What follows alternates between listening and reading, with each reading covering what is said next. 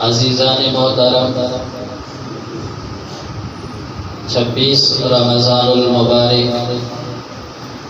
اور آج 27ویں شب ہوگی۔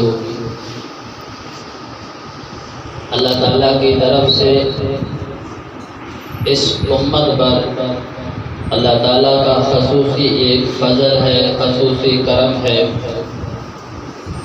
ہم جتنا اللہ تعالیٰ کا شکر ادا کریں ہم اس کا حق ادا نہیں کر سکتے کہ اللہ تعالیٰ نے اس امت پر کتنا فضل فرمایا ہے۔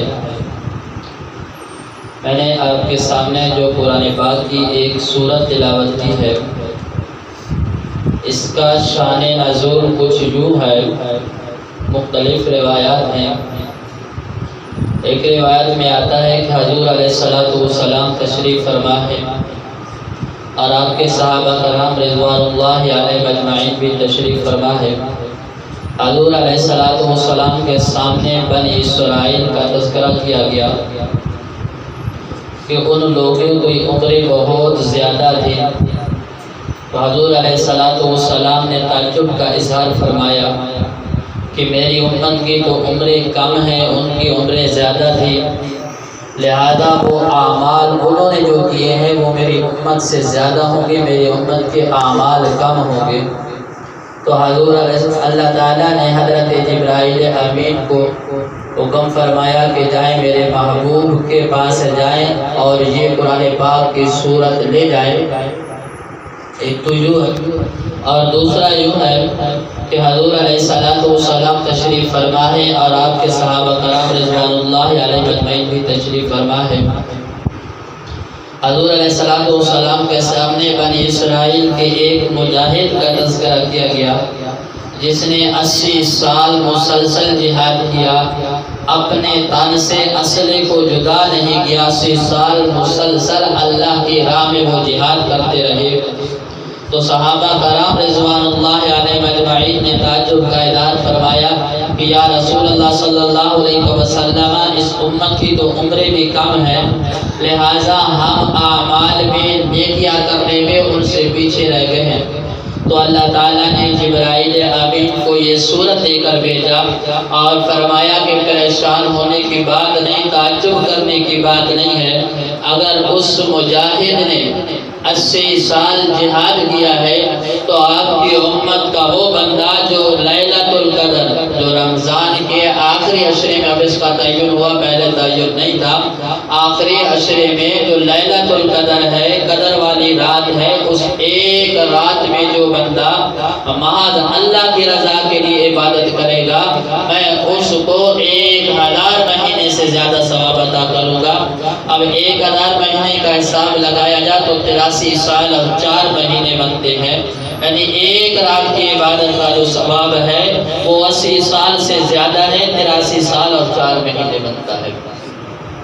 اتنا بڑا فضل ہے ایک رات کی عبادت صرف،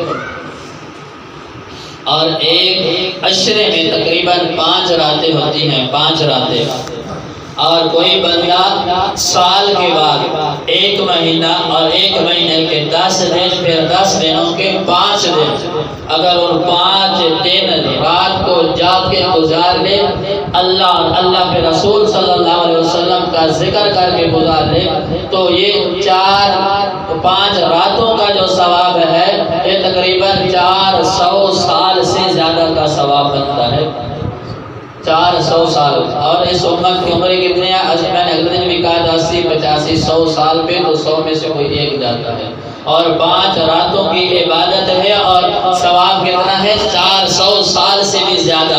اب یہاں پر ہے کہ 1000 مہینے سے بھی زیادہ ہے۔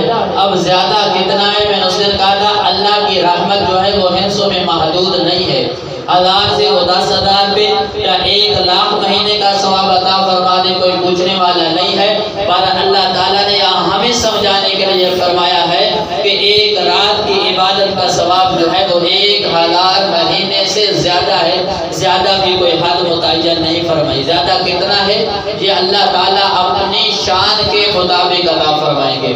اور 5 راتوں کی عبادت کا ثواب یہ 400 سال سے بھی زیادہ بنتا ہے۔ اب اللہ تعالیٰ کتنے رحیم ہیں، اور کوئی کسر چھوڑی ہے اس امت کو بخشنے میں۔ تب تو اللہ نے فرمایا، اللہ کے نبی نے فرمایا تھا نا کہ جبرائیل امین آئے اور فرمایا جو رمضان کو پائے اور وہ بخشش نہ کروا سکے تو اس سے بڑا کوئی بدبخت نہیں ہے، وہ شخص ہلاک ہو جائے۔ اب اللہ تعالیٰ نے اپنی رحمت کی کوئی حد چھوڑیے، مہینہ تو ایک طرف رہا، صرف 5 دن کی اتنی فضیلت ہے، اور جو بندہ پورا مہینہ اللہ کی عبادت میں گزار دے اس کا مقام کیا ہوگا۔ اور یہ حضور صلی اللہ علیہ وسلم کی اس امت پر شفقت ہے کہ حضور علیہ السلام نے اپنی امت پر کتنی شفقت فرمائی ہے، کتنی رحمت فرمائی ہے۔ یہ حضور علیہ السلام کی رحمت اور آپ صلی اللہ علیہ وسلم کی دعاؤں کا نتیجہ ہے جو اللہ تعالیٰ نے ہمیں اتنے انعامات عطا فرماتے ہیں، اور وہ نبی جو ہیں وہ کتنے رحیم ہیں۔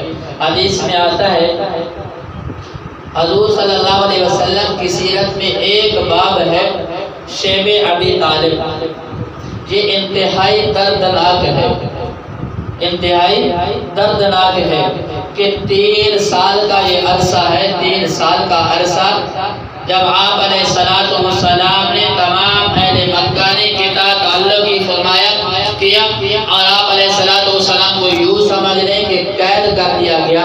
یہ وہ وقت تھا جب کفار مکہ نے دیکھا کہ ایک شخص ہے اور ایک طرف ہم مکہ کے سردار ہیں، مالدار ہیں، ہماری رشتہ داریاں ہیں، ہمارے قبیلے ہیں، اور وہ ایک شخص ہمیں شکست دیے جا رہا ہے کہ بڑے بڑے لوگ، بڑے بڑے مکہ کے تاجر حضرت عمر رضی اللہ تعالیٰ عنہ جیسا ایک جلیل القدر انسان بھی حضور صلی اللہ علیہ وسلم کے قافلے میں داخل ہو چکا ہے۔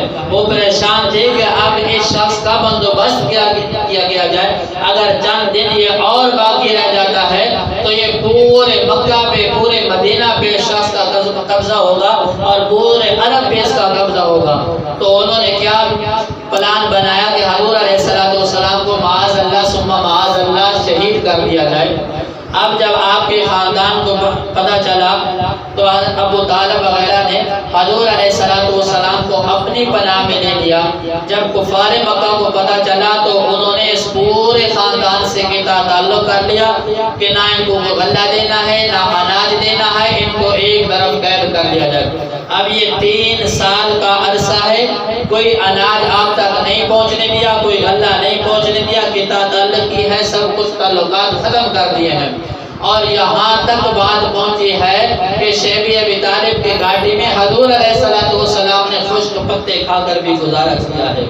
چھوٹے چھوٹے بچے ہیں، سسک رہے ہیں، بیلت رہے ہیں، کھانے کے لیے بھی کچھ نہیں ہے، پینے کے لیے بھی کچھ نہیں ہے۔ کتنا بڑا ظلم ہے۔ تو ایک دن حضور علیہ السلام نے ابو طالب کو فرمایا، انہوں نے جو معاہدہ کیا تھا نا کہ اس خاندان کے ساتھ تعلق ختم کرنا ہے، وہ ایک معاہدہ لکھا ہے اور بیت اللہ شریف میں وہ لٹکا دیا ہے۔ تو حضور علیہ السلام نے ابو طالب سے فرمایا کہ وہ جو انہوں نے معاہدہ لٹکایا تھا اس میں صرف اللہ کا نام باقی رہا ہے، وہ سب باقی سب کچھ نعمت کھا چکی ہے۔ ابو طالب حیران ہوا کہ یہ تو یہاں قید ہے، دیکھا نہیں ہے، ان کو کیسے پتہ چلا۔ ابو طالب اپنے جو خاندان والے لوگ تھے، اہل مکہ تھے، کفار مکہ نے ان کے پاس گئے، فرمایا میرے بھتیجے نے یہ خوشخبری دی ہے، یہ خبر دی ہے کہ وہ جو آپ نے معاہدہ لکھا تھا اس کو تو نعمت کھا چکی ہے، صرف اللہ کا نام باقی ہے۔ اگر حقیقتاً ایسے ہے تو پھر یہ معاہدہ ختم کرو، اگر حقیقتاً ایسے نہ ہوا تو یہ میں اپنا بھتیجا جو ہے آپ کے حوالے کر دوں گا، بے شک آپ قتل کر دینا معاذ اللہ۔ جب کفار نے دیکھا تو واقعتاً ایسے تھا کہ وہ جو معاہدہ لٹکایا تھا اس میں صرف اللہ کا نام باقی تھا، باقی سب کچھ ختم ہو چکا تھا۔ پھر آپ علیہ السلام کا وہ محاصرہ ختم کیا گیا۔ آپ علیہ السلام کو آزاد کرنے کا مختصر کرتا ہوں۔ پھر ایک وقت وہ بھی آیا کہ جس مکہ میں آپ علیہ السلام کو قید کیا گیا تھا، آج اس مکہ پہ حکمرانی حضور علیہ السلام کی تھی، جسے فتح مکہ کہتے ہیں۔ اب صحابہ نے حضور علیہ السلام سے سوال کیا، یا رسول اللہ صلی اللہ علیہ وسلم، آپ اہل مکہ کے ساتھ آج کیا کریں گے کہ ان لوگوں نے تو بڑے ظلم کیے ہیں آپ کے ساتھ؟ تو حضور علیہ السلام نے فرمایا آج عام معافی کا دن ہے، آج میں ان کو معاف کر دوں گا۔ اگر آج کوئی ہم جیسا ہوتا تو کیا کرتا؟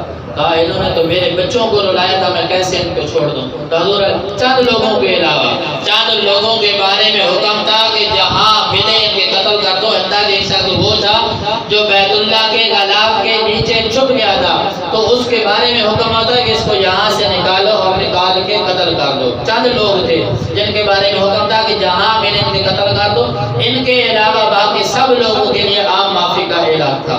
یہ تھے حضور علیہ السلام کی شفقت اور آپ کی دعاؤں کا۔ اور پھر دوسرا، حضور علیہ السلام نے اللہ سے ایک دعا فرمائی تھی کہ یا اللہ میری امت کو اس دنیا کے اندر ذلیل اور رسوا نہ کرنا، اس امت کو یا اللہ اس دنیا کے اندر عذاب میں مبتلا نہ کرنا۔ یہ حضور علیہ السلام کی دعا کا صدقہ ہے، دعا کا نتیجہ ہے، وگرنہ جو ہمارے اعمال ہیں، جن امتوں پہ عذاب آیا تھا ہمارے اعمال ان سے بدتر ہیں۔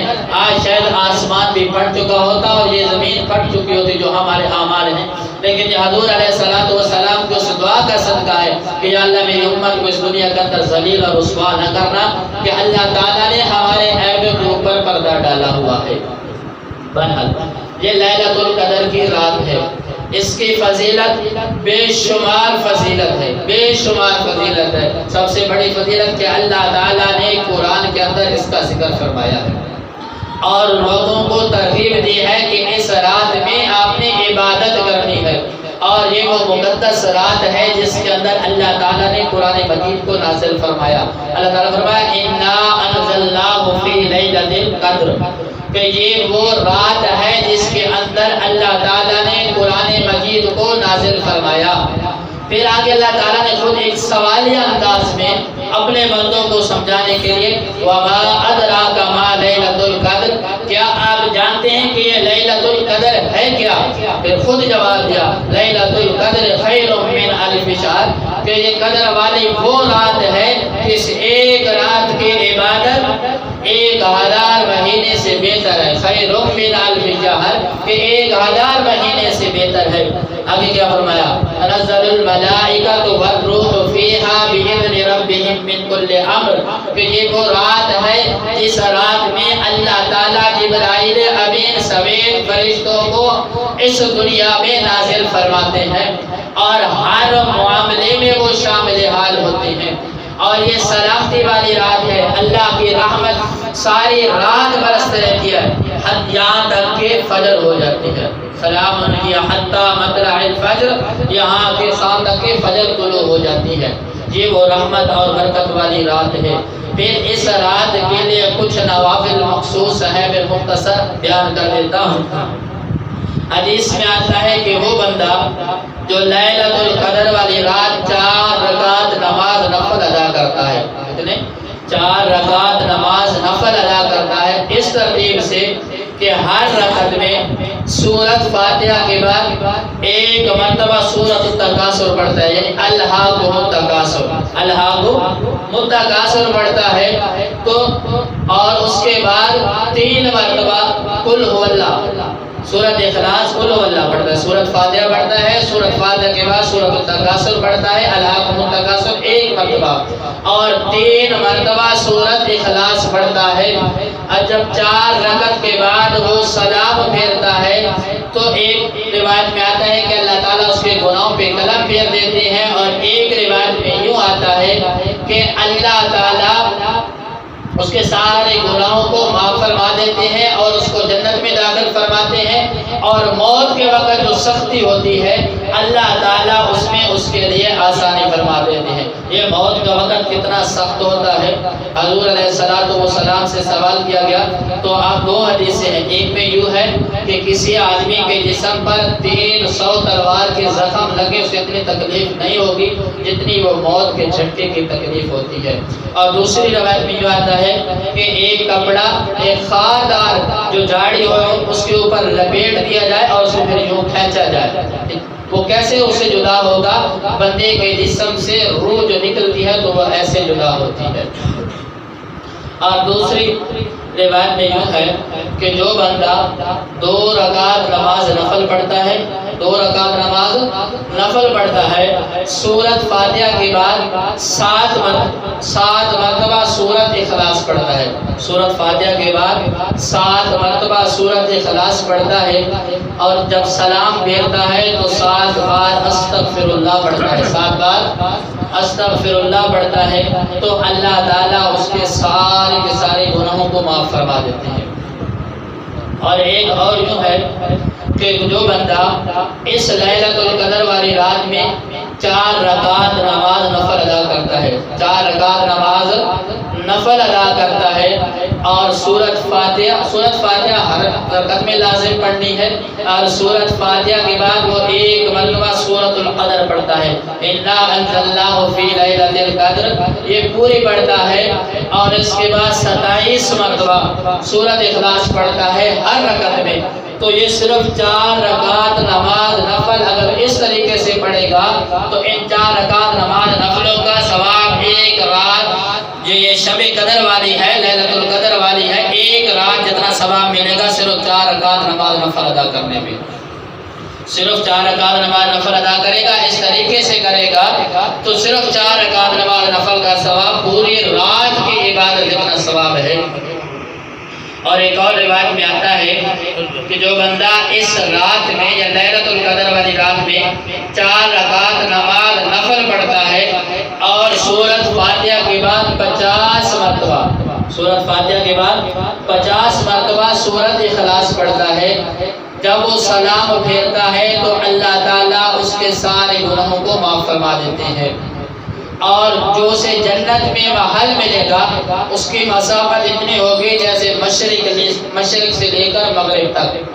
اتنا بڑا مقام اللہ تعالیٰ اسے جنت میں عطا فرمائیں گے. اور اس پہ وقت کتنا لگے گا؟ زیادہ سے زیادہ لگیں گے تو 10 منٹ لگ جائیں گے. تو ہم سب نے کوشش کرنی ہے کہ اللہ تعالیٰ نے اگر موقع دیا ہے تو اس موقع سے فائدہ اٹھانا ہے. اللہ تعالیٰ ہم سب کو اس رات میں زیادہ سے زیادہ عبادت کرنے کی توفیق عطا فرمائے. پھر یہ رمضان ہم سے الوداع ہو رہا ہے. رمضان الوداع ہوتا ہے تو اس کے بعد عید الفطر آتی ہے. عید الفطر آتی ہے. حضور علیہ الصلوۃ والسلام کی سیرت سے ہمیں کچھ یوں پتہ چلتا ہے کہ عید جو ہوتی ہے یہ صرف اپنے بچوں کے لیے نہیں ہوتی کہ ہم میں سے ہر بندے کے لیے خواہش تو ہوتی ہے کہ وہ اپنے بچوں کو کپڑے بھی لے کر دیتا ہے، جوتے بھی لے کر دیتا ہے. تو ہم نے یہ بھی خیال کرنا ہے کہ ہمارے محلے میں کوئی غریب بھی ہوگا، کوئی ایسا بچہ بھی تو ہوگا جس کے سر سے باپ کا سایہ اٹھ چکا ہوگا. حضور علیہ الصلوۃ والسلام مشہور حدیث سے آپ نے سنی ہوگی. حضور علیہ الصلوۃ والسلام نماز ادا کرنے کے لیے جا رہے ہیں کہ ایک بچے کو دیکھیں جو یتیم بچہ ہے. حضور علیہ السلام مختصر کرتا ہوں اس کو اپنے گھر لے کر آتے ہیں اور اماں عائشہ صدیقہ رضی اللہ تعالیٰ عنہا سے فرماتے ہیں کہ آپ اس بچے کے اوپر پانی ڈالو اور حضور صلی اللہ علیہ وسلم اس کے جسم کو خود اپنے دست اقدس سے صاف کرتے ہیں. آپ اس کو خوشبو لگاتے ہیں اور فرماتے ہیں جاؤ اماں فاطمہ الزہرا سلام اللہ علیہا سے جو حسنین کریمین کے لیے کپڑوں کا جوڑا رکھا ہوا ہے وہ لے کر آؤ.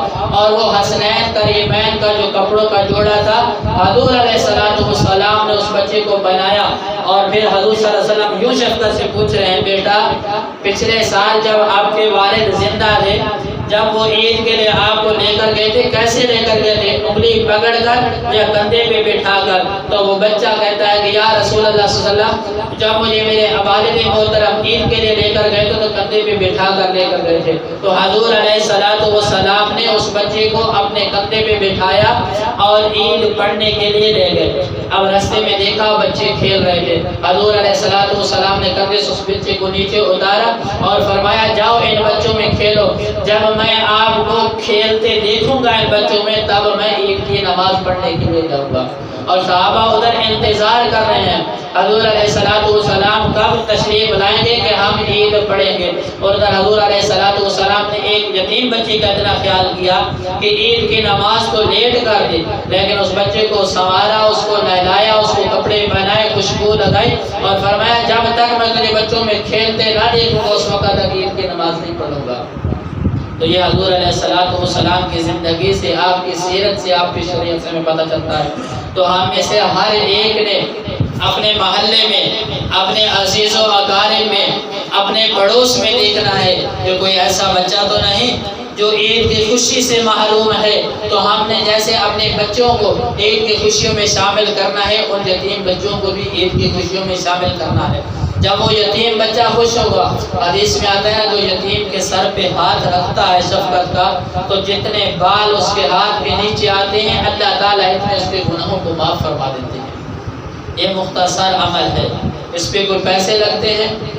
اگر پیسے لگے تب بھی ہم لائیں گے، حضور کی شریعت پہ تو جان بھی قربان ہے، لیکن ہم سب نے خیال کرنا ہے کہ کوئی بھی ہمارے محلے میں، ہمارے علاقے میں، ہمارے شہر میں جہاں تک ہماری پہنچ ہے ہم پہنچ سکتے ہیں، کوئی بھی یتیم بچہ عید کی خوشیوں سے محروم نہ رہے۔